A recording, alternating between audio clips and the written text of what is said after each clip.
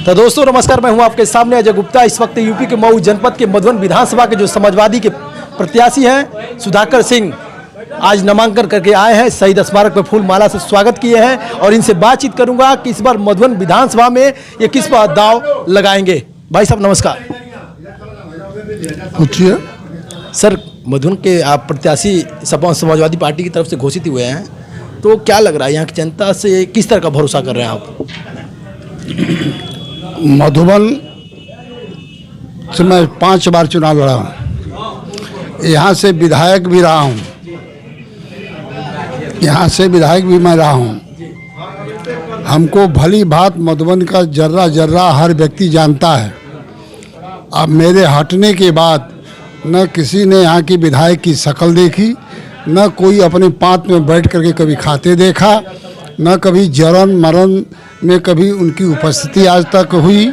और मधुबन में यहाँ की जनता ने विधायक बनाया, तो आज आप 2.25 करोड़ की लागत से सुग्गी चौरी से ले करके बरहज तक का पुल आप देख रहे हैं। यह माननीय अखिलेश यादव की ही सरकार की देन है। शहीद भूमि जो आप देखते हैं, शहीद से अली नगर सड़क में गड्ढा था कि गड्ढे में सड़क थी, इसका पता नहीं चल पाता था। 1 अरब की लागत से इस सड़क का निर्माण हुआ। बिलौली से लेकर के भीमपुरा तक का निर्माण हुआ। सर अभी तो गड्ढे में तब्दील है वो सड़क। 8 बरस हो गए हमको गए यहाँ से, तो गड्ढा तो हो ही जाएगा। गड्ढा हमको दिया था, हमने मुक्त किया। जब तक आप रहेंगे तब तक सही रहेगी। सही थी, सही रहेगी। और सुग्गी चौरी का पुल भी हमने नहीं बनवाया। और जो घोसी गया तो घोसी में 100 बेड का अस्पताल आप देख रहे हैं टड़ियाओं के बगल में। लेकिन सर मऊ के जो मधुबन का देवरांचल है, आज भी बाढ़ से वहाँ लोग ग्रस्त हैं, पीड़ित हैं। कभी भी उन लोग को किसी की सरकार होती है, चाहे कोई यहाँ का विधायक होता, दारा सिंह चौहान थे पिछले विधायक, उनके कार्यकाल में 14 करोड़ से ऊपर पैसा आया बिंटोलिया ग्राम सभा के लिए। उनके द्वारा बाढ़ पीड़ितों के लिए कुछ ऐसा नहीं किया गया जिससे वो सहमति है। यह धर्मपुर, देवारा, कचिला, नारायणपुर, नुरलापुर, मल्लापुर, मिसरौली जितने गांव हैं ये सब बाढ़ से प्रभावित हैं। और हमारी सरकार की मंशा थी कि इस पर बंधा बना दिया जाए, ताकि उधर, क्योंकि 98 की बाढ़ में आप लोगों ने देखा कि इंच भर बचा था केवल, नहीं तो मधुबन सब डूब जाता। उस समय मैं ही विधायक था और नाव लेकर के अकेले मैं नदी में 42 दिन रह गया। 5000 लोगों को, गरीबों को, जितने बंदे पर थे, किसी को भोजन की मैंने कमी होने नहीं दिया। लेकिन सर यहाँ से टक्कर देने वाले आपके एक प्रत्याशी आए हैं जो हैं रामविलास चौहान, इस पर क्या करें आप? उनके पिताजी महामहिम राज्यपाल बिहार के हैं, वह हमसे टक्कर ले चुके हैं घोसी में, जहाँ की जनता ने हमसे उनको 26,000 मतों से पराजित किया था। ये तो बेटा है। सर आप घोसी से उपचुनाव में देखा गया कि 1200 वोट से हारे थे। ये तो उपचुनाव 1200 से हारे नहीं थे, हराए गए थे। हारे नहीं थे, हराए गए थे। चुनाव तो हम जीत गए थे, लेकिन हमको हराया गया।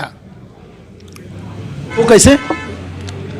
जैसे प्रशासन सिंगल चुनाव था, जिस तरह से प्रशासन 100 का 10 वोट हमारे में डाल देता था, 90 वोट उठा करके बीजेपी के खाते में डाल देता था। कहीं 1000 वोट मिलता था तो 990 हमारे में अपने में कर लेता था और 10 हमारे में डाल देता था।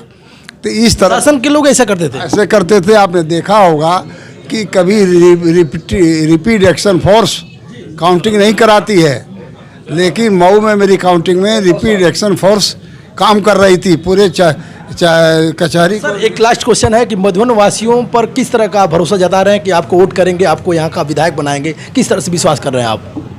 मैं मधुबन में पहला चुनाव 1985 में लड़ा, 5 बरस घर नहीं गया।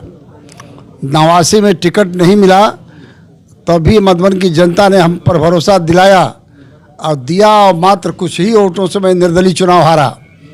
और 96 में यहाँ भारी मतों से हमको यहाँ की जनता ने विजयी बना करके विधानसभा के अंदर भेजा।